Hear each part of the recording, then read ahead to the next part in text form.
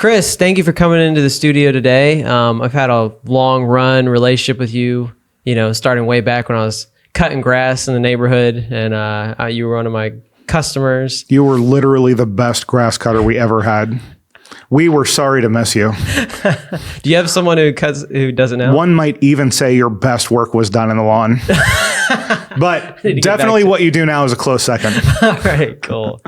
So you were really interesting to me when I was younger because you worked from home, which was, I think a lot of people, they want to work from home. There's people who work from home and then sometimes go to office, but you've managed to work from home for how long? How long have you been? I've been working from home since the 90s, and it was unheard of back then. Nobody worked from home. That was a pipe dream. It was like a conspiracy to me when I was like, what does he do? Is he connecting to some kind of external planet and they're giving him the money or something? It was just mysterious to me. So what is it that inspired you to get into the field of, because you practice hypnosis, right? Yep, hypnotherapy. What inspired you to get into that field, and how does it work, as a business, out of the house? That's just so fascinating. I think people are amused by that. Yeah, good question. And so when I was 13, my mother was head of cytology at Portsmouth Naval Hospital, and she was very interested in alternative therapies. And I found a book, Leslie Lecron's Self-Hypnotism, 1967, and I found it in her library. She had a fairly vast library. So I found it, read it, was absolutely fascinated by it. I would hypnotize all my friends in whatever grade I was in when I was 13. And they all thought it was weird, but they're like, wow, this is weird, but cool. So at that point, it was really, of course, just a hobby or an interest. But I did all my reports on hypnosis and, high school, college, and I did AP psychology in high school. And then I majored in psychology in college. And it was really not until I was a second semester senior in college. I still had no idea what I wanted to do. Do I want to go into computers? I had no idea. And then it just occurred to me, I had an epiphany one day. I wonder if I could do hypnosis. So I researched it. And at the time, hypnotherapists were really, there would be one hypnotherapist per metropolitan area that worked in a hospital or something like that. And I remember I talked to one guy who was an older guy who was a nurse, who was the one hypnotherapist in this whole Hampton Roads area. And he was just saying, no, you could, believe it or not, he worked at Portsmouth Naval Hospital with my mom. And he was like, no, you could never do that. And he was like, you don't have the background for it. You couldn't. I was like, wow, that's weird. I guess one thing about me is that my brain has just never understood the concept of you can't do that. My mom would always say, we'd have these, we when I was a kid, we were first starting to have personal computers. We had a TI, a Texas Instruments 44A, 9944A, whatever it was. And we had computer games on it, and they were math games. And I remember I was in first grade, and I was doing fourth, fifth grade stuff.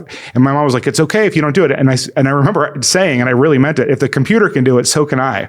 And she told that story forever. So the bottom line was I just never learned to process, you can't do that. So he was like, oh, weird. So he said, I can't do that. I don't really know what that means. So anyway, I researched more and more. And then I was like, well, you know what? I'll just do it myself. And I just I don't even remember how I started. I just started handing out business cards hey, I'm a hypnotist. I went to DC and got certified. You couldn't get, there was no online anything. I don't even think there was online at the time. There was AOL or something like that, but there was no online certification or anything. So I drove to DC, got certified, came back, started handing out business cards, made $600 the first year. I was excited. So anyway, just kept doing that. It was working pretty well. People were telling their friends and everything. Then it just multiplied and built up and built up and built up. So, when you talk about hypnosis, the art of hypnotherapy, I don't think people really know what that is. And I think the word, I've heard you say before, in media gets kind of misaligned with what it really is. And I think people are taught that it's something different, or they don't really even understand what it is. What would you say, if you didn't have to use the word hypnotherapy, how would you describe what it is? Because to me, it's almost like mindset coaching or rewiring your brain. That's how I explain it to people that don't know. How would you explain it to people that don't understand it? Well, everyone has a conscious mind and an unconscious mind. Your conscious mind is responsible for logic, decision-making, plan-making, things that you think on purpose. Your unconscious is responsible for motivation, emotion, compulsions, things that happen automatically. So hypnosis is essentially the process of putting the conscious mind to sleep, which is the logical filter, and so that suggestions or instructions to your mind can go directly past the conscious and into the unconscious mind. Normally, the conscious mind acts as a filter. So for example, like if we were at the zoo and I said, Cade, why don't you jump into the gorilla cage? You could probably take the gorillas out. Your conscious mind would step and say, that's probably not a good idea, and it would reject that suggestion. So 95% of the time, that's useful. However, there are some times when it would be useful to be able to accept a suggestion that your conscious mind would reject. So for example, let's just say that you normally perceive exercise as a tedious chore, and you would like to see it as being a fun activity. I could say, hey, Cade, exercise can be a fun activity. You can pick a fun activity and do that, and that could be your physical exercise. And you could say, yeah, I know that's true, but then it would never get into your unconscious mind. So hypnosis actually drops that conscious defense so that you're in a state where you're almost asleep. You're not quite asleep. And those suggestions can go right by the conscious and into the unconscious. So your unconscious mind can just kind of accept things. So it's like, oh yeah, I guess I can do that. And then suddenly it starts happening in your life. So the idea of putting the conscious mind to sleep, right? So that then the unconscious can be rewired, kind of reconfigured, right? Is that what I'm understanding? Yep, exactly. Correctly? So the process of putting our conscious mind to sleep, which is usually our initial hesitations, our reaction to keep us from doing the things that we want to achieve or do. What is that? How does that happen? Like, what does that process look like of putting it to sleep? You say it's almost like in a sleep state. It sounds almost like supernatural. So is that like, a process where you're just calming them down to a point where they can perceive new information, or what does that look like? Good question. So hypnosis is essentially a state in between being asleep and being awake. So for example, you've got your conscious mind and your unconscious mind, and normally they go up and down together. Like as you become more alert and hyped up, they go up more, but they go in tandem. And then as you get more and more relaxed and approach sleep, a very interesting thing happens. Right before you hit sleep, for whatever reason, your conscious mind goes to sleep first. And then once your conscious mind is asleep, your unconscious mind then follows. And when you wake up, your unconscious mind comes up first and your conscious mind comes up second. And then they're in tandem again. So basically there's this little window of time in between being asleep and being awake where your unconscious mind is open to suggestion. Now, normally that's a transitional state. You'll go into it and come right out of it. So when you're going to sleep, it'll go kind of like that, where your conscious mind goes first and your unconscious mind goes second. And then as you're waking up in the morning, your unconscious mind will kind of wake up first and you're kind of becoming aware of the world around you. And then you get like your thoughts about you. And then your conscious mind comes up and then you kind of get an awareness of how it is outside. So the whole point now, so normally that's transitional. The hypnotherapist can help you into that state and then help you stay in that in-between state so that he or she can give you suggestions so that your unconscious mind can receive new perceptions of the world. So it starts like almost literally with them like almost falling asleep. That's like... Yes, it is in between. So here's another interesting way to think about it. So it's like when you're daydreaming, that's right before hypnosis. So you can kind of think of it as like very alert, normal, and then kind of zoned out and daydreaming, and then hypnosis, and then sleep. And then again, you come out like hypnosis, kind of a daydreaming, like how you're kind of like bleary-eyed in the morning, and then you come back awake. Does that take time? Like when you're trying to get people into that state, sometimes they take longer to enter into that, or do you have a process that like accelerates it? Like you injected them with like heroin or something?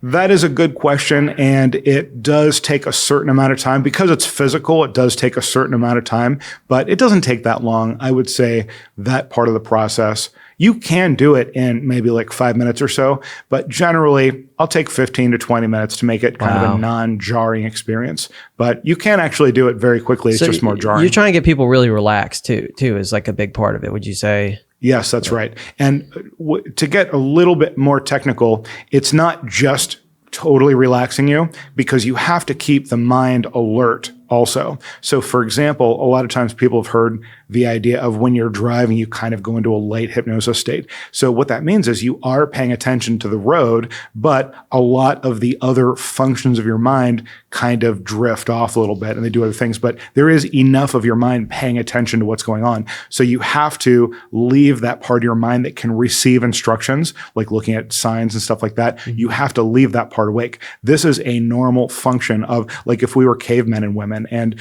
we were kind of in a resting state, we would need to have part of our mind that was aware in case we saw an animal or something like that. So this is a normal evolutionary function where part of our mind can remain alert, and it remains alert as long as possible before we actually go to sleep. That is hypnosis. And so the thing is, you don't want the person to go all the way to sleep, so you need to keep them in that state where their unconscious mind is still awake, where it's still alert and receiving instructions. So it's not just relaxation, it's relaxation to that point and then allowing them to be alert enough. Essentially, you have to be interesting enough to keep them in that state without actually falling asleep. And then that's the perfect place to start the rewiring process. Like, that rewiring process is it like almost like affirmations that you input? Is it suggestions that you put then to that person that then they work and instill into their mind? Like, what does it look like, the rewiring process, once they're in that state? Suggestions are a specific way of talking about the most efficient way to get instructions into your unconscious mind. It's interesting because your unconscious mind processes information in some ways just like your conscious mind, but in other ways completely differently. So for example, everyone's probably heard the example, don't think of a pink elephant. Well, that's very difficult to do because your unconscious mind doesn't process negatives. Now, you as a conscious mind can process negatives. Like if there's a thing that says, don't park here, you can process that logically and follow that instruction. But when you start talking about the imagination and the unconscious and your reactions and how you perceive things, then you can't use negative suggestions like that. So there's rules related to, it's kind of like a foreign language where there's rules. And once you understand the rules, you can use that language effectively.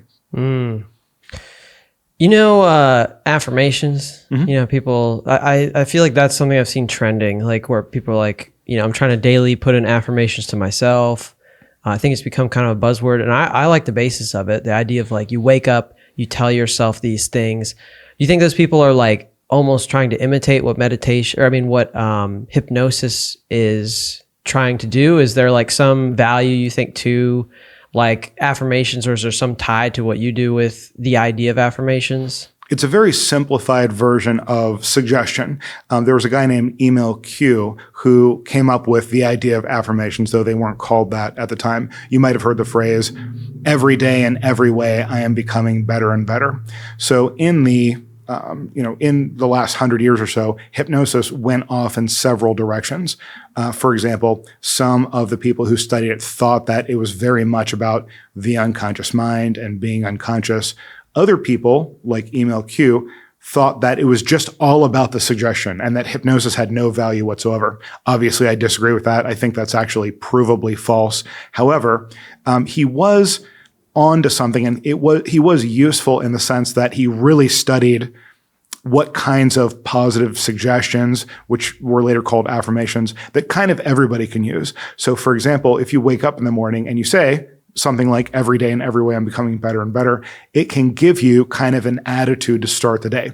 Now, is that going to be able to fix complex problems like addictions or anxiety or depression? Probably not. However, it can kind of move you in the right direction. So I would say for someone that has an actual problem they want to resolve, definitely go with hypnotherapy, where the hypnotherapist can construct specific suggestions to resolve that issue. But I would certainly not say that either meditation or affirmations are bad in any way. Mm-hmm. They're just kind of like blunt instruments.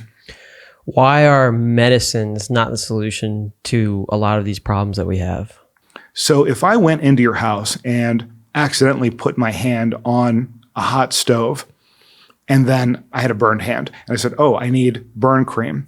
The burn cream could possibly help that, but of course it would be much better to not put your hand on the hot stove in the first place and know how to not do that. Now, I want you to notice that neither one of those is a solution. Neither one's a solution. One is mitigating the consequences of the problem, and the other one is avoiding having the problem in the first place. In reality, there are no solutions. There are no solutions. Medicine is not a solution. Hypnosis is not a solution. There are essentially no solutions for anything. Solutions are kind of a made-up idea that doesn't even exist. So what I do is I help people understand how they are creating their own problems, whether it's anxiety, depression, bipolar disorder, compulsion, whatever it is. You are creating your own problem. My job is to help you understand how you're doing that and how you've been doing that the entire time, and help you to naturally stop doing that so the problem doesn't happen in the first place. It's preventative. Yeah, you essentially drag the problem into your present. So for example, let's just say that you were in a car accident many years ago and then you developed a phobia of driving. That's actually very common. Now, if today that person is afraid to drive, it's not because they got into an accident 10 years ago. It's because every single day, whenever they think about driving, they reaffirm to themselves, they think about that accident again, they re-traumatize themselves. They essentially drag that trauma with them into the present. And we notice people who get amnesia, for example, no longer have the trauma for some reason. Like they don't have the traumatic symptoms because they're not dragging that trauma with them into the present. The idea that you should take medication for that is ridiculous to me. My opinion is that that's ridiculous. Instead of taking a medication to maybe mask the symptoms, instead, why don't you stop dragging that trauma into your present every single day? And that seems like that's what rehab facilities are seeking to do, is like more so solve the addiction, right? Like that versus fix the trauma. Is that true? Or do you feel like rehab facilities or these institutions dedicated to fixing the problems, do you think they're approaching it in the right way? I'm not aware of any rehab facility that is approaching it in the right way. Like generally rehab facilities are mostly, they're just kind of low level jails where you're just not allowed to do the problem. And I think they're fully aware that the person is going to start doing the problem probably at some point in the future. Yeah. And it seems like the only time it is effective is if it's like, yeah, it's my 10th time. And like, if I don't quit, I'm going to go to prison my whole life. Like I've heard some stories where people have gone to rehab and had success, but it's usually like, yeah, I went 8 times. Whereas, you know, something like if you fix the solution though, like, or if you fix the issue of, you know, the underlying trauma, then it seems like you have a greater chance of not relapsing or going back into whatever that issue is, it seems like. Yeah, you can overpower a bad feeling with a more intense bad feeling, but that's not the most comfortable or effective way to do it. There's much easier, more comfortable and more effective ways to not create the problem than just making a super bad feeling that overwhelms the bad feeling. So I like all this stuff. This stuff is like fascinating to me, and it's not even around like marketing or anything related to my business, but I personally have had to go through like journeys of solving my own issues and figuring those things out, and being around your influence has like greatly helped me. But it's been cool to see that this is now starting to reach more people because you've been using social media, TikTok, these platforms to reach out there. What's that been like to, I guess, tell me what your business was like, where it was, you know, for that 20-year period, and then how TikTok came in and evolved it and where it is now. Like, well, it's been a huge change. For the majority of my career since the 90s, I was primarily serving my local area, and there was really no way, because we didn't have video conferencing. I mean, even like the first video conferencing like Skype came much later after I'd already established my business. So I was, for most of my career, primarily servicing my local area. Now, with how efficient it is to do telehealth, it's completely opened the doors wide up. And here's the thing. Here's the most important thing, I think. Before, if you needed to quit smoking or lose weight or get over your anxiety, the best you could do is kind of go to your local hypnotherapist if you had one. And to be honest, it was very unlikely that if you just take a random person in America, it's very unlikely that you have a competent hypnotherapist in your area. So it's been great for me because I can connect with those people. And I would say it's been great for them because they're able to connect with me. You can now have, whoever you think this is, the best hypnotherapist in the area or in the country, simply by doing it online. Mm-hmm. So, and I've found that there's really so I've done both, of course. I have over 30,000 sessions I've done, many of which were in person, many of which have been online, and I haven't found any difference in effectiveness. It's just as effective to do it online. And one thing I usually tell people is once you've closed your eyes and we started the hypnosis, all you have is my voice anyway.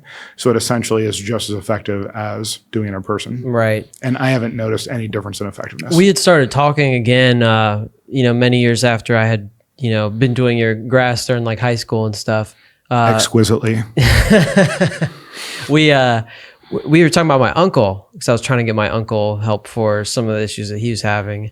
And, then we started talking about your business and stuff. And I was like, hey, like, I think TikTok is like the platform to be. And you just started doing it. Were you hesitant in the beginning on if it would work? And like, what was it like from the beginning? Were you like, I don't know about this? And then, because it manifested into something crazy. What's that been like to see that journey? Sometimes people will talk about how they have like a superpower. My superpower is X or Y. I have like super handicaps. And my super handicap is my brain cannot process hesitance. Like I somehow don't know how to do it. So when you said you should do TikTok, I said, great. And then I just did it full steam with no breaks and it worked really well. Amazing. It's kind of like when I was talking about earlier when somebody says, oh, I don't think you can do that. My brain is just like, that's interesting. I think the person said something, but I don't understand what it was. And then I just go do it. So, and that's just me. And I'm not saying that's necessarily the best, but it has worked out pretty well. So no, there was no hesitance whatsoever. I was like, oh, okay, I can do that. Yeah. It's really, and I really, I have so many people to thank, of course, thanking you for introducing me to TikTok and a bunch of other things. I want to thank I have infinite thanks for my mother just for introducing this idea of, you can do it. You could do anything. Like it sounds kind of way early on. She did. Yeah, like way early on. The whole thing was just the assumption that I can do anything. And I was like, oh, okay. And I just like did not have any reason to disbelieve her. So that's just how I was brainwashed. I was brainwashed to believe I can do anything. So oftentimes we're brainwashed to believe the opposite. We can't do anything. That's right. And that's what they want. Yeah. And fortunately I had very little influence essentially from the outside world. Like I didn't, like I mostly just listened to my parents and my own, what I did. So So no, there was no hesitance whatsoever. I just did it. I really believe, if I could just say one more thing, I really believe, and this is just maybe a message to anybody who's listening here. I really believe that whatever you want to do, if other people can do it, and I mean this in 100% seriousness, if other people like in general can do something, if you start doing it and give it 100% and don't stop doing it, you will be successful with it. Or you will have learned so much that you will be successful at the next thing. So I might be biased, but what I would say is whatever it is, if you're picking something that other people do, like whether it's whatever it is, so any kind of project, any kind of job, any kind of experience that other people have, if other people do it, and you really want to do it and you give it 100% and you stick with it, you will do it.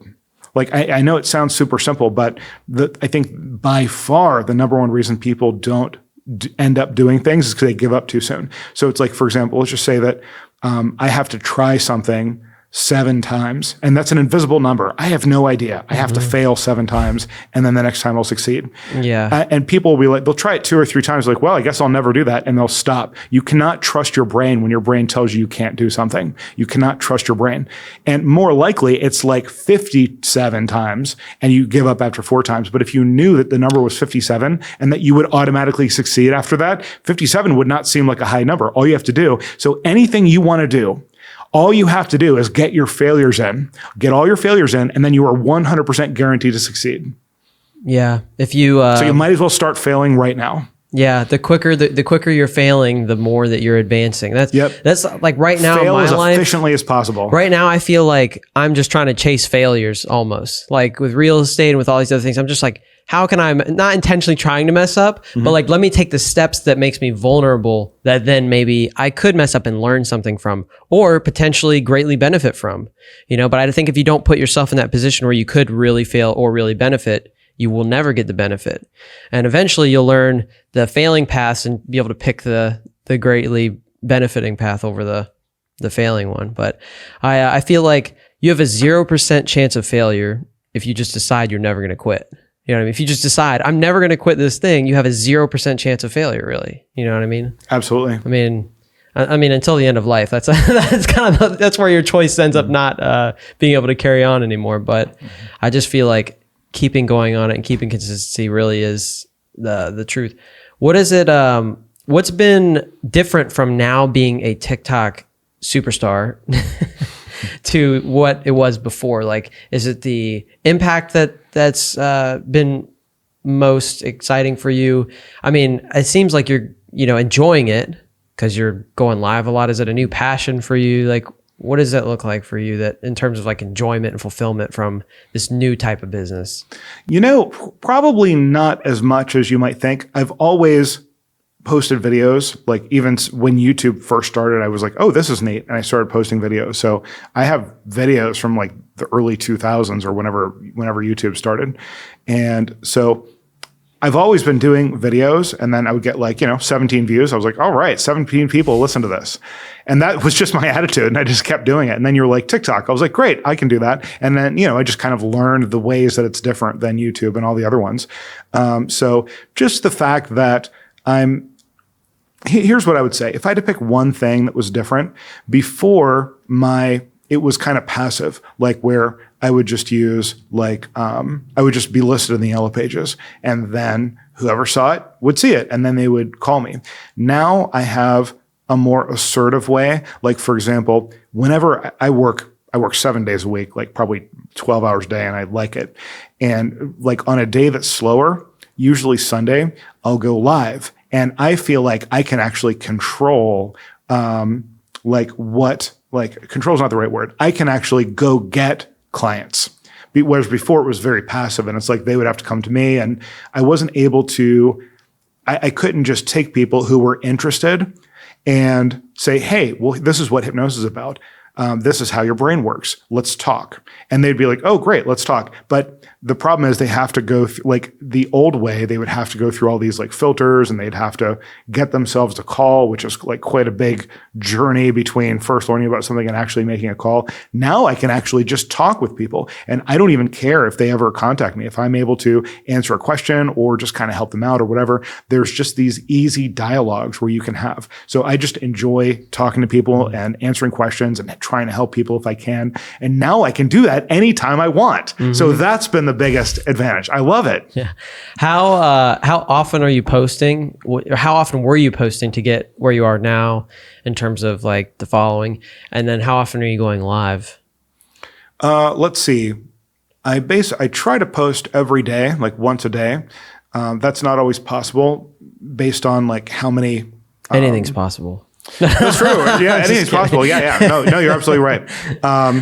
But it's not always possible. Yeah. Yeah. No, basically the way I think about it, like the way I arrange my schedule is just, so my week will start, like I'll go live on Sunday, and then Monday I'll just talk to people that wanted to follow up, and then I'll just set my schedule for the week, and then whatever free time I have, I'll make videos. And so it's very fluid. So it's very much like, so for example, if I have fewer clients that week, I'll make more videos, or maybe I'll even go live twice or something like that. So I really enjoy it because I never feel like, oh, I have to do this thing. So it's just like whatever I have time for, I just fill in with one of my activities. Something I experience a lot of people, prospects who come to us and they have anxiety, they have these fears, they have these doubts around like marketing or making content. They're hesitant to do it, or they're hesitant to be on camera, or they don't know where to execute in the fields. Like, what would you say from your standpoint of helping people build their mindset, essentially? Like what I would say is that problem has nothing to do with social media. The problem is that you allow yourself to tell yourself that you can't do something. So it's very basic. It all goes back to that 5-year-old child of whether or not you were told that you can do anything, or whether it was like, oh no, you can't do that. Like that just seems like alien to me. Why would a parent ever tell a child like, oh, you can't do that, or you'll never be able to do that? That seems alien to me. I see a lot of people focusing on insecurities too. So like they think about going and doing content, but then they think, oh, well, this side of my face doesn't look the best, or like, oh man, like, I got my makeup done that day because I'm going to look horrible because, my skin now is older. Like, how do you get over that? Do you feel like? Okay, let me give you my best tip for that. So here's my best tip for getting over that kind of like anxiety or performance anxiety. So when you think about any activity, there are only 3 things that you can think about. You can think about the other people, like the audience. You can think about yourself, and you can think about your task. That's it. Those are the only 3 things related to an activity. Now, here's the secret. Your brain does not like thinking about people. People makes your brain anxious. And that's true for literally everyone, even people that are totally comfortable. So if you take someone who's totally comfortable talking to people, whether it's in groups or individually or whatever, if you interview them about what they're thinking about, they are not thinking about the people. They're not thinking about, oh, how do I look? How do I sound? What if I mess up? They're not thinking, oh, what is that person thinking right now? They are focusing on what their message is. Here, one of my favorite stories is the original story of the marathon. And we don't know the details, so everyone just kind of tells their own story if you're familiar with it. But basically, in Greece, they were surprise attacked by a neighboring city, and they needed these horses that were in this other city on the other side.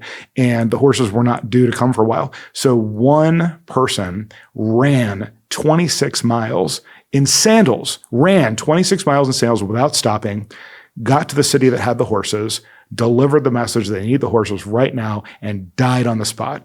Now, when that guy showed up, do you think he cared what he looked like? Do you think he cared what his skin looked like? Do you think he even cared about the other people's opinion? Absolutely not. He cared only about delivering the message. So if you have a message, and you do, you have to deliver that message as clearly and concisely as possible. Your only job is not to worry about who cares what they think. Who cares what you look like? Who cares about any of that stuff? You need to transmit the information that you have to their brains as efficiently and clearly as possible. If you do that, you have succeeded. You don't have to do anything else. You don't have to worry about what you look like. You don't have to worry about what they think of you. All you have to do is take this knowledge that only you have. Nobody else has this point of view. Nobody else has your point of view. Nobody else has your combination of experiences. You have something valuable to give to the world. And nobody cares what you look like or what you sound like or any of that stuff. But they need this special message that only you can deliver. And your job on this planet is to make sure that that message gets into their brain somehow. Nothing else matters. I'm going to explain it that way the next time I come across someone who's nervous. That's so true. Like, it's just, focusing on giving to people versus it's almost like, in a way, it almost seems like selfish to be thinking about yourself. Like, how do I look? It's like, let's focus on giving the value, helping the people, focusing on doing something versus like internalizing it about us. I don't think it comes from a selfish place, but you end up really operating selfishly, which isn't rewarding in the world because you're focusing on internal battles, not so much like giving to the world. Like anytime you get to a point where you can give a value, information out, that's when you really reward. But I think people get stuck on the internal, whether it's an internal problem or an internal insecurity or something they believe is a big deal internally. That's one thing I feel like is people see these things as big obstacles, but they're really like super small. Like there's certain things like people be like, well, I could go get that job, but I don't have the gradation, or I don't have the experience, or I don't, I've never worked in that field before. And it's really not a big obstacle. So it's like getting that small obstacle to realize that it is a small obstacle and it's not a big one. One thing that you're saying that here's like kind of an impression or a thought that I have about what you're saying. I'm imagining this person that's like, oh, I would like that job, or I feel like I could do that job, but I don't have this credential. Like, you're never going to do anything in life with that attitude. You will never, like, if you decide that this is a thing that you want to do, you have to immediately envision yourself doing it successfully and then attack that issue. That quick. Yeah. It's instantaneous. It's instantaneous. Yeah. It's like, it's now or never. I mean, like that's such like a deep saying. Like, everyone's heard it a million times, but it's such a deep saying. It's now or never. No one ever says, oh, that's a really good idea. I'm going to do it in 6.5 days. Yeah. Unless there's some specific reason you have to do it then. Yeah. But like, if you could do it now, no successful people say, that's a good idea. I'm going to do it in 1 week. They just do it.